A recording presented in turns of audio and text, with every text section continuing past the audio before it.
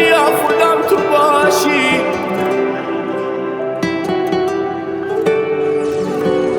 آریا یارچی خوشی دیگه نمانده، حقیقت و قصه مانده،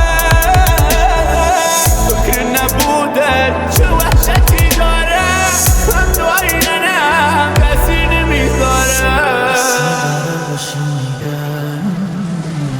کدام دمای آخر من دلم خواب آب بگیرم برم رو هستی بچش نینم بمانم تنها. این دنیا در قشنگی سیمت مدا، جان عزیزت کاری که برم دنیا. خوشی دیگه نمانده، حقیقت و قصه مانده، دردید ما تو قفصی شدیم آن یه پناهنده.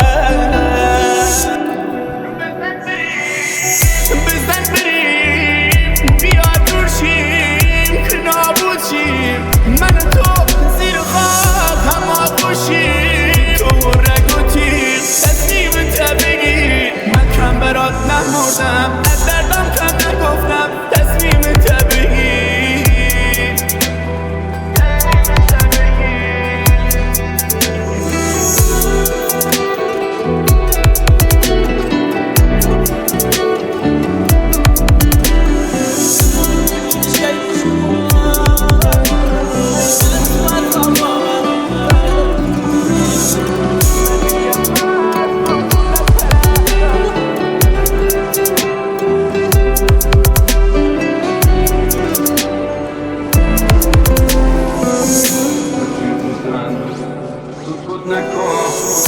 حرفی بزن سکوت نکن، یا من بگم یا تو بگو.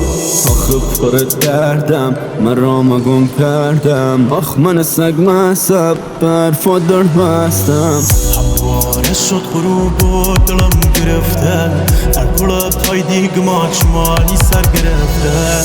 میدمان خراوت یه شده تیکه تیکه، این پیک سلامتی هرچی برا رفیقه. دلتنگم